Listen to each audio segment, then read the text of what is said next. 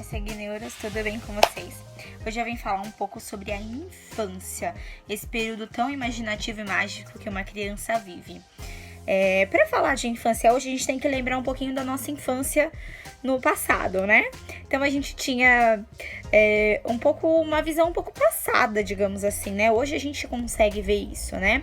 Então uma criança, ela não era vista como num processo de descoberta e com um olhar tão delicado e aprofundado como a gente tem hoje. O bebê mesmo a gente colocava como um ser que não era tão capaz, né? Então a gente deixava no berço, deixava no carrinho ou ficava com ele no colo, mas não oferecia muitos estímulos.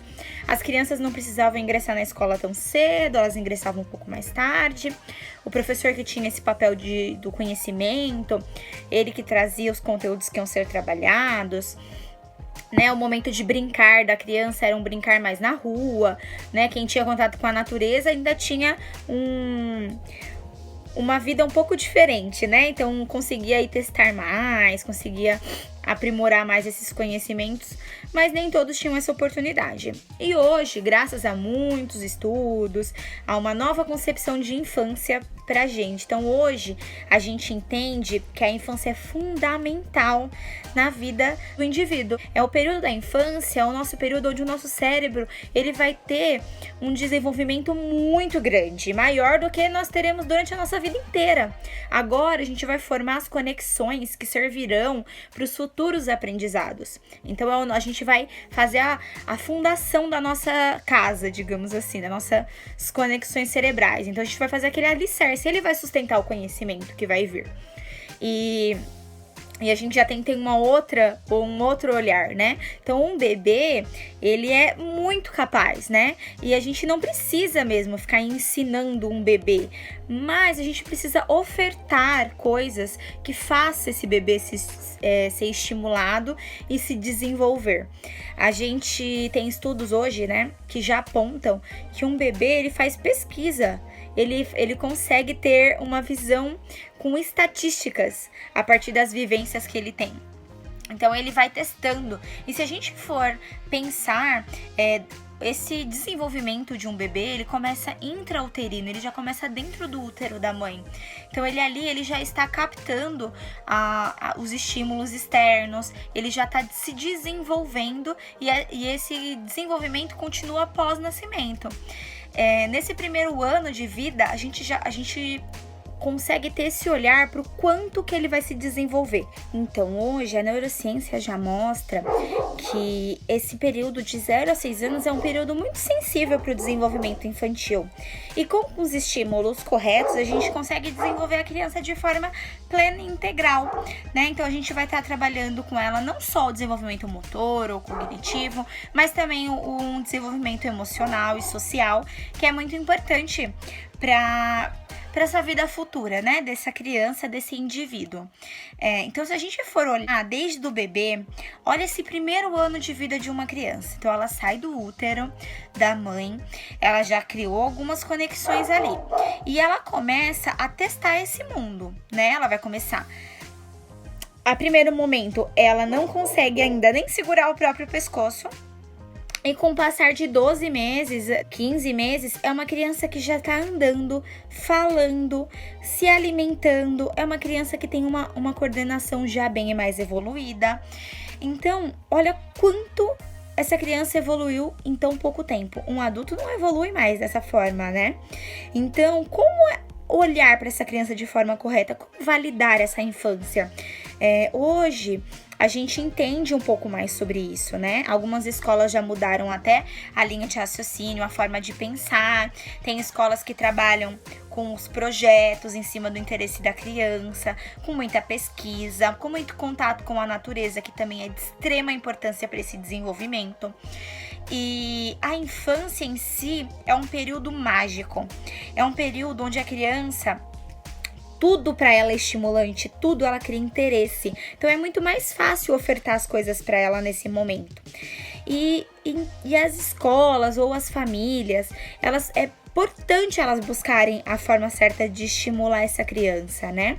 Para conseguir atingir um bom desenvolvimento nela. Então, hoje as crianças têm muito acesso à internet, a vídeos, mas muitos estudos mostram que até os 2 anos, ou 3 anos até, eles falam que esse contato com a tela não favorece em nada, muito pelo contrário, ele até prejudica esse desenvolvimento infantil. E que se a criança for ter esse contato a partir dos 3 anos, que seja apenas 1 hora diária. E ainda assim nós temos crianças que são educadas por tela. E isso não é correto, né? Como a gente aprende? O ser humano, ele é social, o nosso cérebro é social. Ele aprende, a gente tem neurônios que se espelham na atitude do outro. A gente só desenvolve certas habilidades quando a gente convive, quando a gente interage, e a tela não vai mostrar isso pra gente. Quando eu tenho algo que não me agrada, eu passo o meu dedo lá e mudo aquilo, eu pauso, eu fecho, eu saio.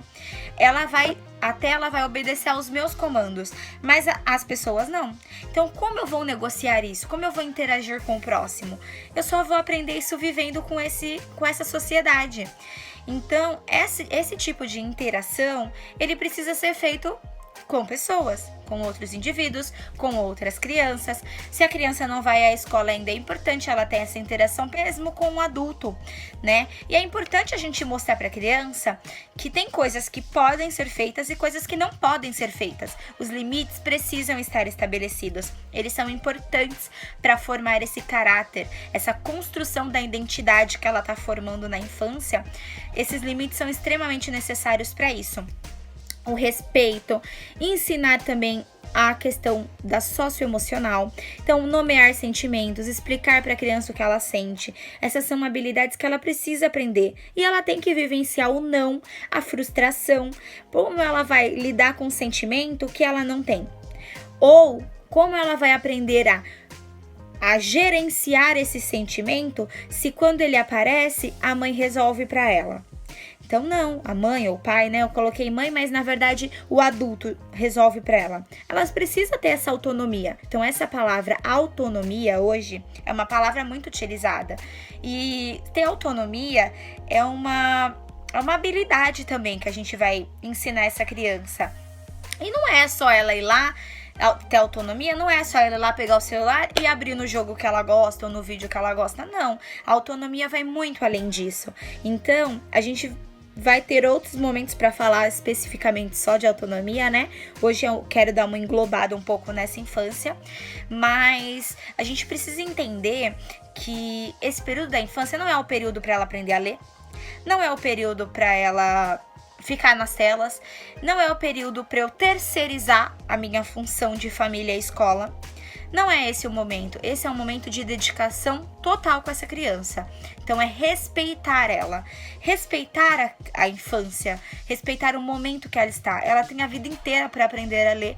Ela vai ter um momento certo para isso. E se eu conseguir oferecer para ela, ofertar uma qualidade nessa infância dela, quando ela chegar lá no momento correto de leitura, escrita, nesses desafios que ela vai ter aí academicamente de conteúdos, ela vai estar preparada, porque a gente passou a infância toda nesse processo preparatório para isso.